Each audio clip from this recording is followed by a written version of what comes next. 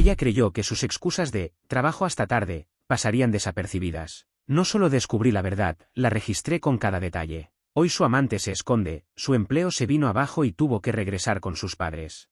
Me llamo Javier, tengo 42 años y estuve casado 8. No tuvimos hijos, solo una casa, un perro y una rutina tranquila que parecía estable. Mi esposa, Nuria, trabajaba como contadora en una empresa mediana del centro. Siempre fue extremadamente organizada, el tipo de persona que arma una hoja de cálculo hasta para la lista del supermercado. Yo, en cambio, era más de resolver las cosas sobre la marcha. Durante años, eso funcionó, hasta que dejó de hacerlo. Había un cambio sutil en el aire. No era algo que se pudiera señalar con el dedo, pero se sentía. Su atención se desvanecía poco a poco. Ya no se reía igual, sus respuestas eran automáticas. Yo decía algo gracioso en el sofá y ella apenas esbozaba una sonrisa vacía, como quien escucha sin realmente estar ahí. Y entonces empezó a aparecer José en todas sus conversaciones. José es tan bueno manejando la presión. José se quedó hasta tarde ayudando con unos reportes. José esto, José lo otro. Si me hubieran dado $1 por cada vez que mencionaba su nombre, ya habría terminado de pagar la hipoteca. Una noche de miércoles, mientras cerraba unos pendientes en mi trabajo, recibí un mensaje suyo a las 6:20. Estamos con los reportes de cierre de trimestre. Quizá me quede a dormir en la oficina. Lo leí 2 veces. No tenía sentido. Nuria odiaba quedarse horas extra. Era de las que a las 4:58 ya estaba guardando el bolso. Además, esa noche teníamos una cita sencilla, sushi y un maratón de nuestra serie favorita. Ella sabía que yo esperaba ese momento. Sentí en el estómago esa incomodidad que te grita que algo no encaja. En lugar de confrontarla, respondí con una broma envenenada. Espero que tú y José disfruten esos emocionantes reportes. Fue un mensaje ligero, medido, lo justo para tantear.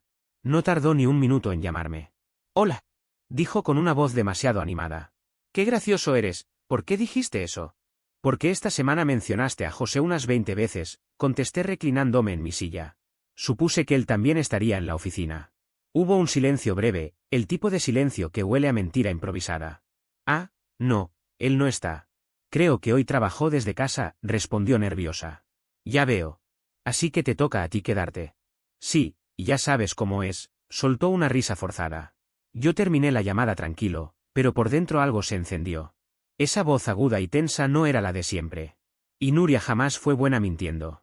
Al principio de la relación no podía fingir ni que le gustaba una película sin que yo lo notara. Y esa noche sonaba, como si no estuviera sola.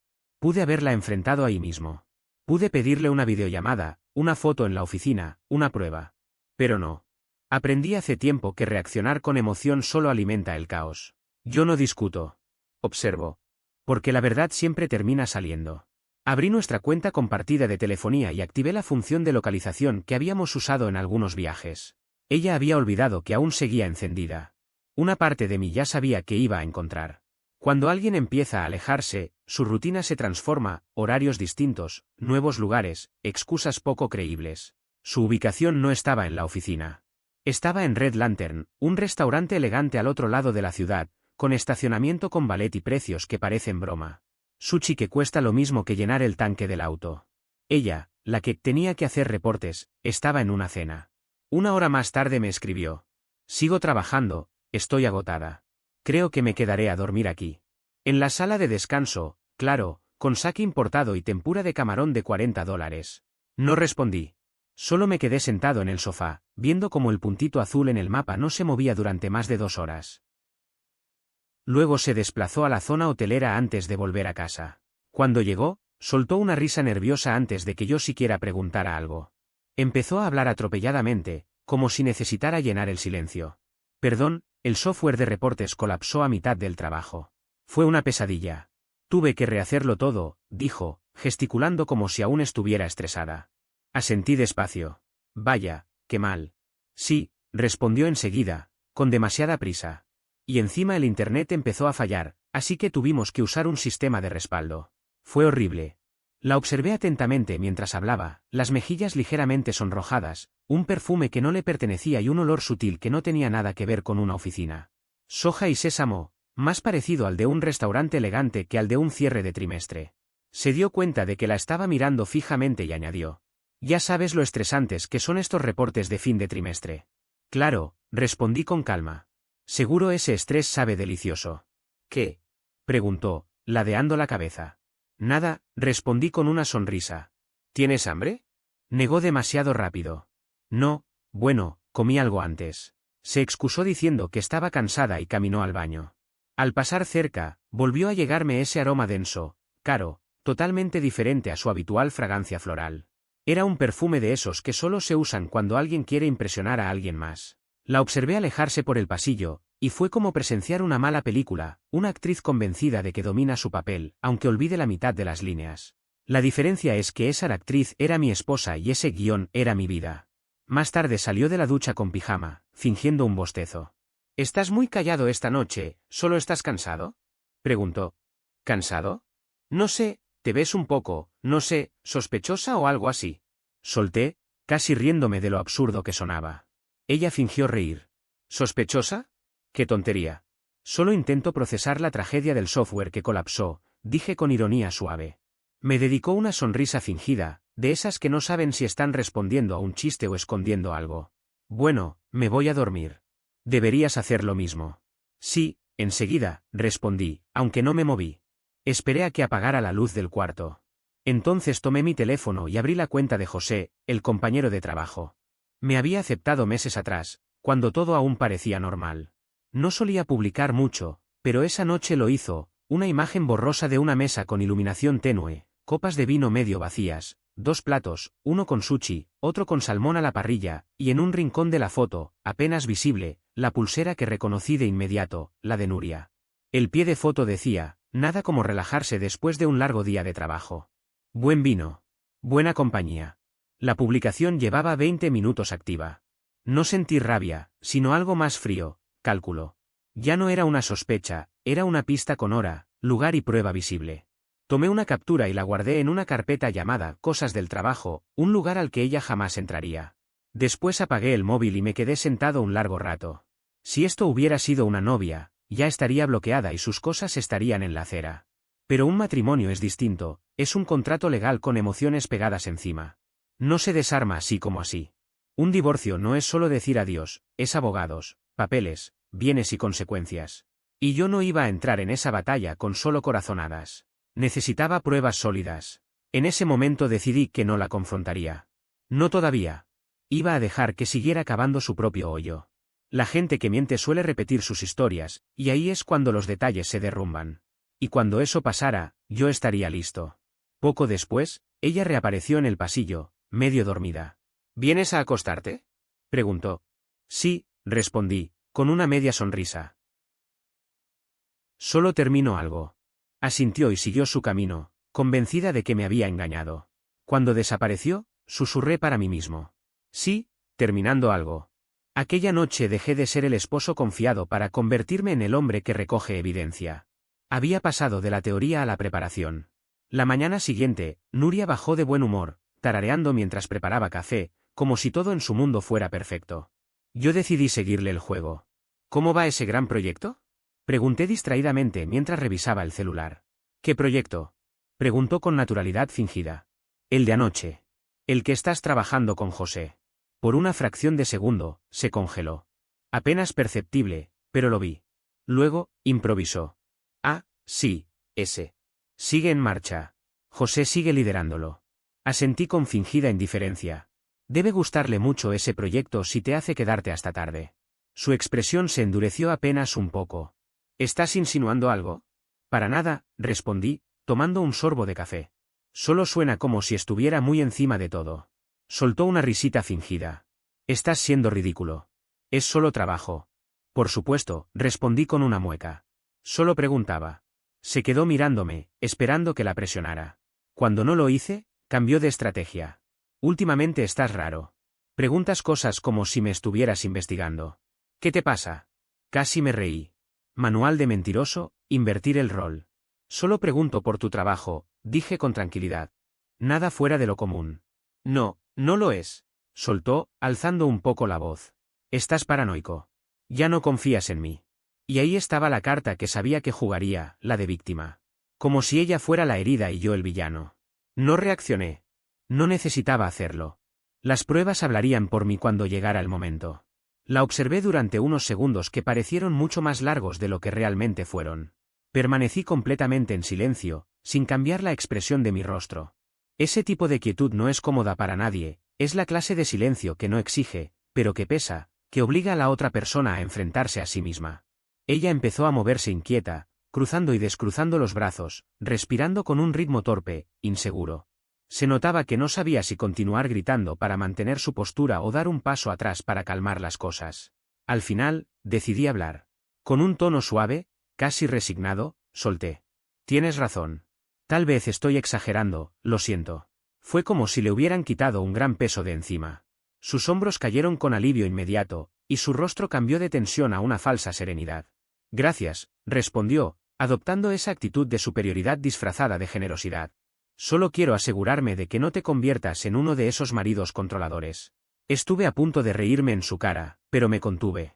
Claro, porque el tipo que trabaja, paga las facturas y no se mete en su teléfono ni en sus asuntos, es un controlador, ¿verdad? No valía la pena discutirlo. Me limité a darle un beso en la frente, fingiendo que sus palabras tenían algún peso real. Tienes razón, repetí. Me voy a relajar un poco. Ella sonrió satisfecha, convencida de que había ganado la conversación. Lo curioso de personas como Nuria es que tienen una necesidad casi adictiva de tener siempre la razón. Les da poder. Les hace bajar la guardia porque, en su cabeza, ya controlan la situación. Esa misma noche, mientras ella dormía tranquila a mi lado, yo me quedé despierto en silencio, mirando el techo. Había algo en su actitud que no me cuadraba desde hacía semanas, pequeños detalles, respuestas evasivas, sonrisas forzadas en los momentos equivocados, silencios que antes no existían. Lo que antes era espontáneo se había vuelto calculado. Y no me equivoqué, al día siguiente decidí poner a prueba esa sensación. A la hora del almuerzo, marqué el número de su oficina fingiendo ser un empleado de una empresa de mensajería. Hola, tengo una entrega para Nuria, dije con voz neutra y segura. ¿Está disponible para recibirla? Hubo un pequeño silencio del otro lado de la línea. La recepcionista dudó. ¿Nuria? Oh, hoy no vino. ¿No vino? Fingí sorpresa, aunque en realidad esperaba algo así. Me dijo que estaría trabajando en el informe trimestral. La recepcionista respondió con naturalidad, sin notar que sus palabras pesaban como plomo. No, no estaba programada para quedarse esta semana. Mencionó que iba a tomarse unos días personales. Días personales. Ese simple detalle fue suficiente para encender una alarma más fuerte. No era el tipo de cosa que Nuria solía hacer. Ella era metódica, casi maniática con su agenda. Si estaba en días personales, no era precisamente por descanso. Colgué con educación, agradeciéndole como si no hubiera pasado nada. Pero por dentro, sonreí con frialdad. Tenía tiempo libre en mi propio horario, así que decidí darme un paseo por el Red Lantern, el restaurante del que últimamente hablaba demasiado. El lugar no era un sitio cualquiera, de día, las paredes de vidrio dejaban ver la elegancia interior, la madera pulida brillaba con la luz natural y los camareros vestían de negro, con auriculares discretos en los oídos, como si en vez de servir sushi estuvieran coordinando una operación encubierta. Entré con la tranquilidad de alguien que no tiene nada que demostrar. Hola, dije a la anfitriona con una sonrisa educada. Estuve aquí la semana pasada con mi esposa y no recuerdo el número de mesa que nos asignaron. Ella ladeó la cabeza, intentando recordar. ¿Qué día? Miércoles por la noche. Su expresión cambió al instante, sus ojos se iluminaron. Ah, ¿la pareja que pidió el omakase y pidió una Polaroid al chef? Vi una pulsera plateada en su muñeca, un detalle mínimo pero suficiente para confirmar que hablaba de ellos. Sí, esos éramos nosotros, respondí con tono calmado. Parecían estar celebrando algo, añadió con una sonrisa amable, sin imaginar lo que esas palabras significaban para mí. Sí, exacto. Muchas gracias, contesté antes de salir. Mientras caminaba de regreso al auto, me contuve para no reírme en voz alta.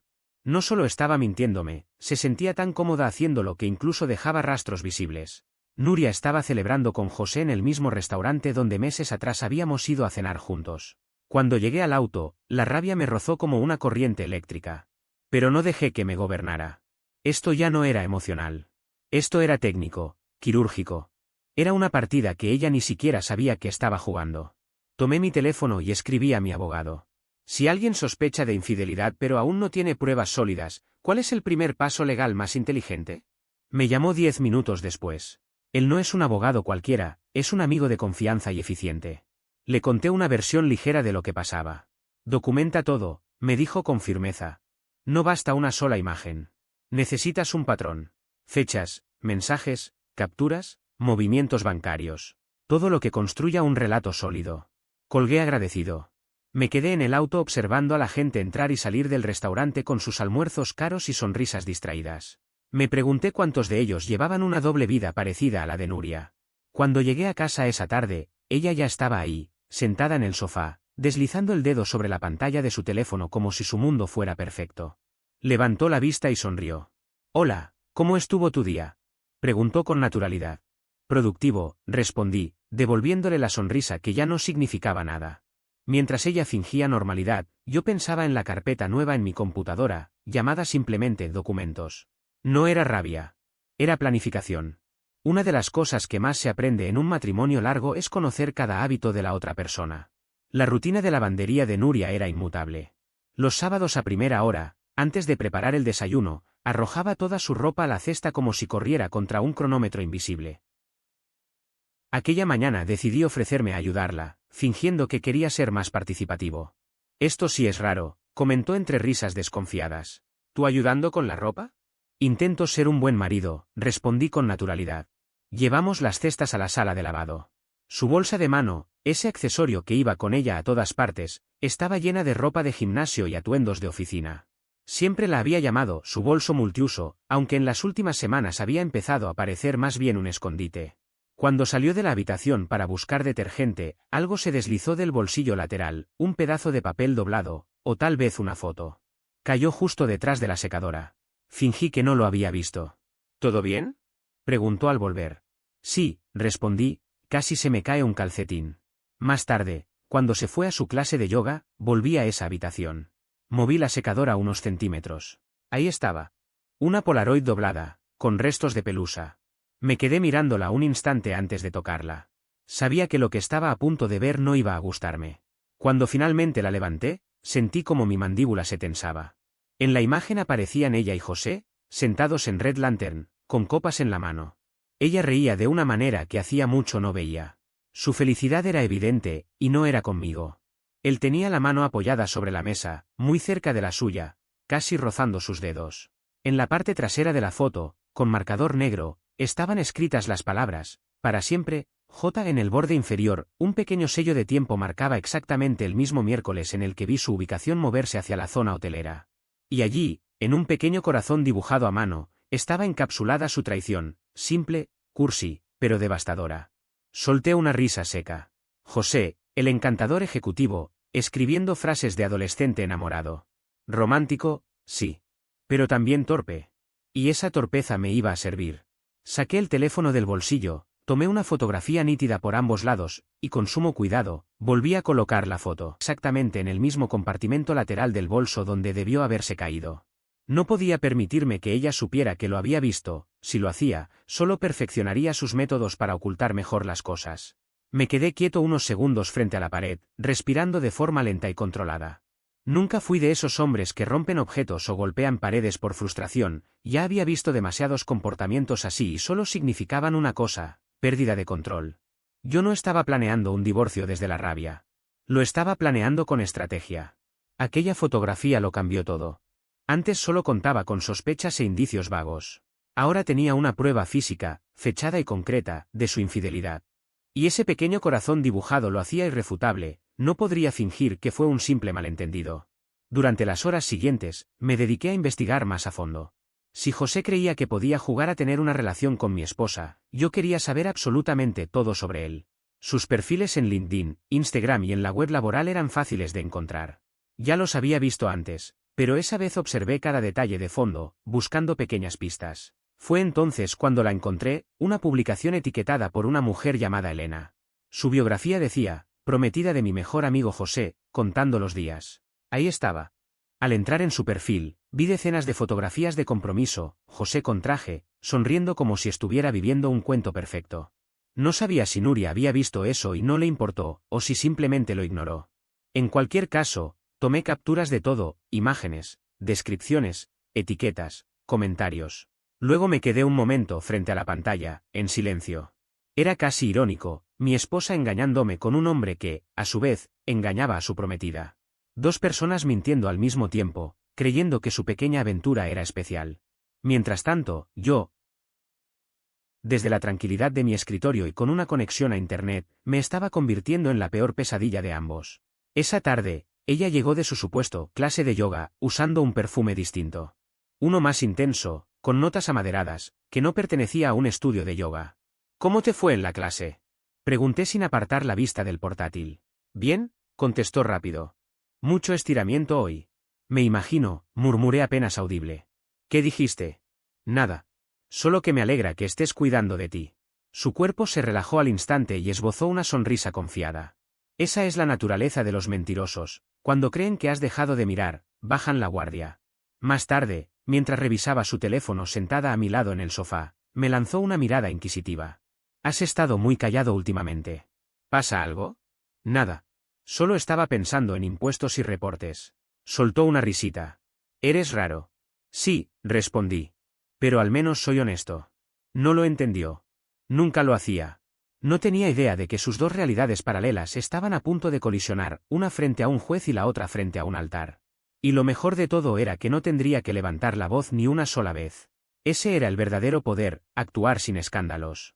Comencé a comportarme como si nada pasara.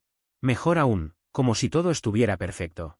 Le preparaba el desayuno, le mandaba mensajes durante el almuerzo, incluso volvía a elogiar su ropa. Y ella cayó de inmediato. Es impresionante lo rápido que alguien culpable se relaja cuando piensa que ya no está bajo sospecha. Cada vez que volvía a casa, su sonrisa fingida me lo confirmaba.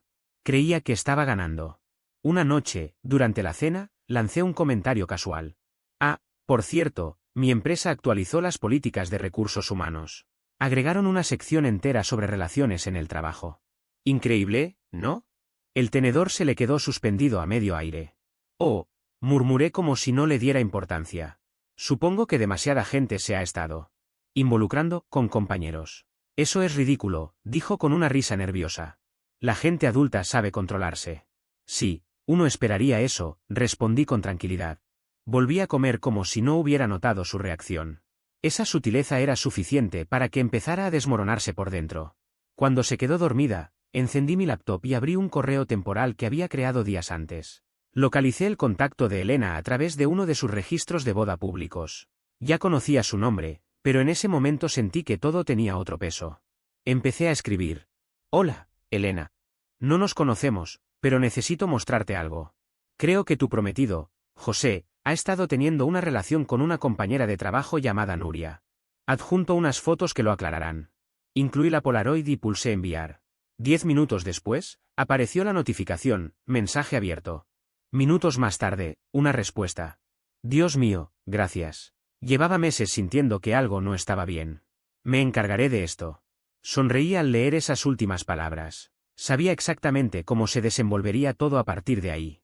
Pero no me detuve. Una prometida furiosa podía causar drama, un informe formal a RRHH podía destruir carreras. Al día siguiente, accedí al formulario anónimo de denuncias de la empresa. Escribí con precisión. Empleado José Thompson, contabilidad. Se ha observado que mantiene una relación personal con una subordinada directa. Esto podría representar un conflicto de interés y requiere ser investigado de inmediato.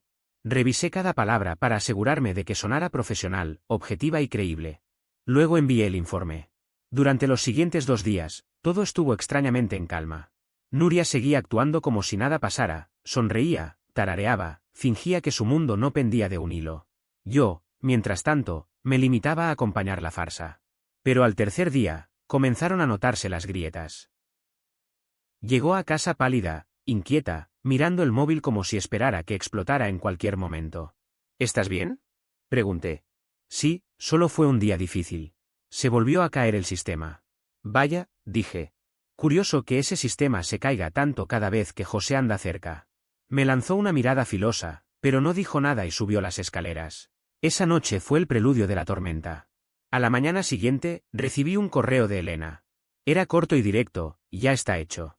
No hizo falta que preguntara nada más. Horas después, un contacto en común de LinkedIn, colega de Nuria, publicó algo vago. Día intenso en la oficina. RRHH tuvo que intervenir. Algunas personas creen que las reglas no son para ellas. Pulsé me gusta sin dudar. Más tarde supe que mi denuncia había llegado antes de que Elena apareciera. RRHH ya había iniciado una investigación silenciosa, entrevistando con discreción a varios empleados. Pero cuando Elena irrumpió al mediodía, todo cambió.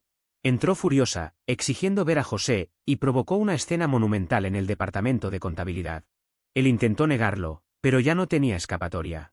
La llegada de Elena convirtió una pesquisa discreta en una explosión pública, justo como yo había planeado. La confrontación en la oficina estalló sin previo aviso, como si alguien hubiera encendido un fósforo en medio de un charco de gasolina.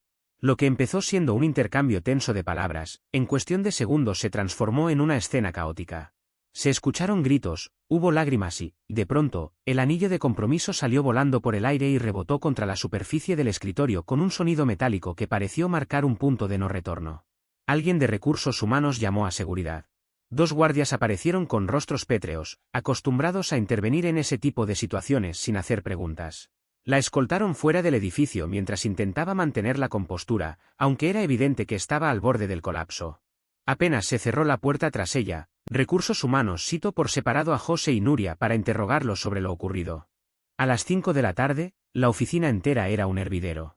En cada pasillo, en la cafetería y hasta en los ascensores, se escuchaban murmullos y especulaciones. Todos sabían que algo muy serio había pasado, pero ninguno tenía la historia completa, salvo yo. Mientras ellos hablaban a medias, yo tenía el cuadro entero claro como el cristal. Esa noche, cuando Nuria cruzó la puerta de casa, yo ya la estaba esperando. Fingía estar absorto revisando noticias deportivas en mi celular, pero en realidad llevaba media hora anticipando ese momento. Apenas la vi, supe que la fachada no le duraría mucho, el cabello estaba revuelto, su rostro pálido como si acabara de ver un fantasma, las manos temblaban de forma casi imperceptible, pero suficiente para delatarla. Dejó el bolso sobre la encimera con un golpe seco y forzó una sonrisa que no alcanzó sus ojos. «Hola», dije con calma, como si no tuviera idea de nada. «¿Llegaste temprano?» «Sí», respondió con un tono fingidamente ligero. «¿Pasó algo en el trabajo?» «Ah, sí». Pregunté, cuidando que mi voz no mostrara emoción alguna. «¿Todo bien?» «Sí, solo drama de oficina», contestó, acelerando las palabras. Alguien presentó una queja ridícula en Recursos Humanos. «Ya sabes, rumores, malentendidos, nada importante». «¿Rumores?», repetí despacio, como si no le diera mayor peso pero sabiendo exactamente qué hilo estaba tirando. «¿Sobre qué?» «Nada relevante», dijo demasiado rápido, casi atropellando las sílabas. Su risa forzada llenó el silencio como un eco incómodo. Intentaba disimular, pero su cuerpo no la acompañaba, sus manos temblaban tanto que apenas logró servirse un vaso de agua. No lo bebió, solo lo sostuvo como si fuera parte de una actuación mal ensayada. Yo sabía lo que ella aún no se atrevía a admitir en voz alta, la carrera de José estaba a punto de colapsar y la suya estaba colgando de un hilo cada vez más delgado. No necesitaba confrontarla en ese momento. Bastaba con observar. Era como ver un dominó caer, inevitable, preciso, calculado. Subió a la habitación minutos después con la excusa de que necesitaba descansar. Cuando escuché la puerta cerrarse, sonreí en silencio. Había esperado este momento durante meses, y la primera ficha acababa de caer exactamente como lo planeé. El martes siguiente, el primer chispazo apareció. Mientras ella se duchaba, su celular vibró 3 veces seguidas sobre la mesita. En la pantalla, bien claro, José Thompson llamando. Segundos después, un mensaje apareció: «Me suspendieron. Recursos Humanos se reunirá con la directiva. No me llames». Sin pensarlo, levanté mi teléfono, tomé una foto de la pantalla bloqueada y la guardé en la carpeta que había estado alimentando pacientemente con cada pequeño detalle. Para mí, ese mensaje no era solo una notificación, era una pieza más en el rompecabezas que había estado armando durante meses. 20 minutos más tarde, Nuria bajó las escaleras con un andar nervioso. Sus movimientos estaban cargados de tensión, los hombros rígidos, la mirada perdida, la respiración entrecortada. Murmuró algo incoherente sobre cosas de trabajo y fingió revisar su correo en la cocina. Le temblaban tanto las manos que dejó caer el móvil al suelo. La rapidez con la que se lanzó a recogerlo lo dijo todo. Estaba aterrada. A media tarde recibí el mensaje que me confirmó lo que ya sabía. Un excompañero de un proyecto de hace años, que aún trabajaba en la misma empresa que ella, me escribió directamente. «Hermano, esto es un desastre. José fue despedido esta mañana». Admitió que cruzó líneas con alguien que trabajaba bajo su cargo. Recursos Humanos está implacable. Le respondí agradeciendo la información, guardé el teléfono y me recosté en el sillón con una sonrisa contenida. Cruzó líneas profesionales. Una forma elegante de decir que lo habían descubierto cometiendo una tontería monumental. 2 días después, llegó el golpe final. Nuria volvió a casa mucho antes de su horario habitual. Llevaba el maquillaje corrido, los ojos enrojecidos y un sobre con el logotipo de Recursos Humanos en la mano. No necesitaba abrirlo para saber lo que decía. Me dieron 2 opciones, susurró con la voz rota. Renunciar o enfrentar un despido formal. Así que elegiste salir con un poco de elegancia, respondí con calma, recargándome en el mostrador de la cocina. Ella intentó mantener la compostura, pero su voz se quebró aún más. Dijeron que violé el código de conducta, que quedará en mi expediente para siempre. José ya confesó todo. Levanté una ceja. ¿Todo? Asintió con lágrimas en los ojos. Dijo que fue mutuo. Que yo lo busqué. No puedo creer que te usó para ascender, completé su frase con frialdad. Eso ibas a decir, ¿verdad? Me miró como si le hubiera leído la mente. ¿Cómo sabes eso? Lo sé desde aquella noche de la conferencia, respondí tranquilo. El restaurante, la pulsera, la foto instantánea, los correos, fuiste descuidada. Solo contabas con que yo fuera demasiado tonto como para notarlo. Sus rodillas temblaron y casi se desplomó. ¿Has estado espiándome? No, la interrumpí. He estado reuniendo pruebas. Para este momento. Fui hasta el cajón de la cocina, saqué un sobre manila y lo dejé sobre la mesa frente a ella. Lo miró como si fuera una bomba de tiempo. ¿Qué es eso? Preguntó apenas en un hilo de voz. Un borrador de la demanda de divorcio, respondí sereno. Todo está listo. Puedes firmar ahora o esperar a que te lo entreguen formalmente. Para mí no cambia nada. Sus labios temblaron. ¿De verdad vas a hacer esto? Sí, respondí firme. Me prometí no divorciarme con rabia, sino preparado. Y eso es justo lo que estoy haciendo. Se cubrió el rostro y rompió a llorar. José me mintió. Me dijo que estaríamos juntos. Que me amaba. Sí, dije apoyándome en la silla con los brazos cruzados. Y tú decidiste creerle. Me quedó muy claro en ese instante que José tenía un patrón. No solo le había mentido a ella, también le había dicho exactamente las mismas palabras a su prometida. No era precisamente alguien que supiera mantener una promesa. Esa simple frase bastó para dejarla sin palabras. Se quedó llorando frente a mí mientras yo la observaba en silencio, sin gritar, sin buscar placer en su derrumbe. Lo único que sentía era una distancia tranquila, como si todo hubiera sido inevitable desde el principio. Ella había construido sola esa ruina que ahora la rodeaba. Yo únicamente me aseguré de que las paredes cayeran en el momento justo. Una semana después, el compromiso de José estaba oficialmente roto. Su perfil en redes desapareció casi de inmediato, sin publicaciones nuevas, sin likes, sin señales de aquel hombre carismático que dominaba el ambiente en la oficina. Los rumores decían que lo habían incluido en una lista negra dentro de su sector laboral. Y cuando Recursos Humanos interviene en casos como ese, no hay mucho que hacer. Mientras tanto, la situación de Nuria no era mejor. Sus amistades, que antes parecían incondicionales, de pronto desaparecieron. Intentó llamar a algunas compañeras de trabajo, pero la mayoría ni siquiera contestó. Y las pocas que sí lo hicieron, mantuvieron conversaciones breves, casi frías. Nadie quería ser asociada con la mujer que ayudó a que despidieran a un colega. En cuestión de días, quedó sola. Poco después, mi abogado me confirmó que todo estaba en marcha. El divorcio sería rápido, limpio y con fundamentos sólidos. Tenía pruebas de sobra, no tenía forma de ganar. Cuando firmé el último documento, no sentí euforia ni alivio. Lo que experimenté fue una certeza profunda, cada paso, cada silencio calculado y cada momento de paciencia habían valido la pena. Si solo hubiera sido una novia, la habría dejado la misma noche en que mintió.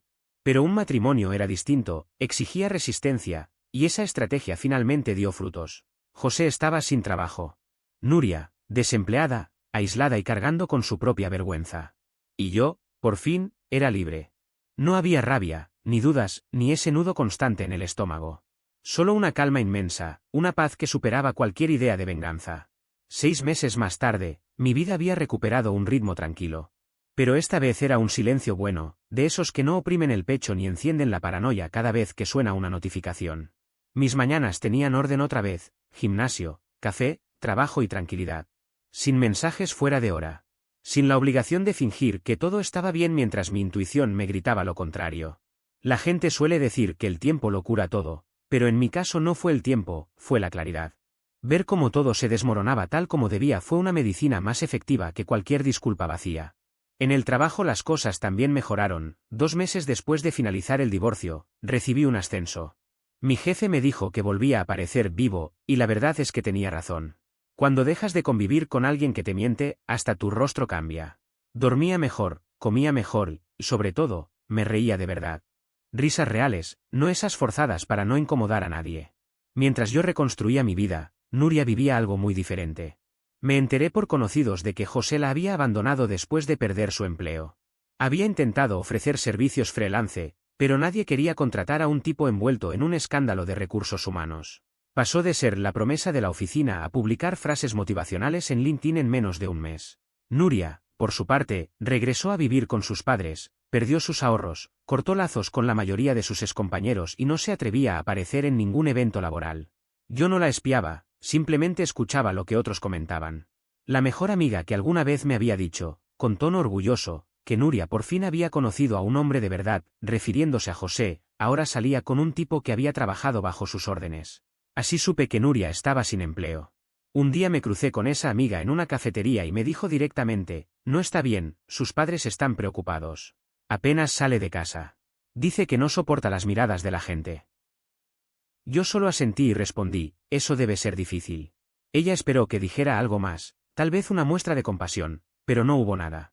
Porque la verdad es que Nuria no fue víctima de un golpe de mala suerte. Fue víctima de sus propias decisiones. Al mes siguiente comenzó a intentar contactarme. Primero llegaron mensajes desde números desconocidos, ¿podemos hablar? Por favor, solo una conversación. Todos fueron bloqueados. Luego aparecieron correos electrónicos desde cuentas nuevas, siempre con el mismo guión, que me extrañaba, que había cometido un error, que en ese tiempo estaba en un mal momento.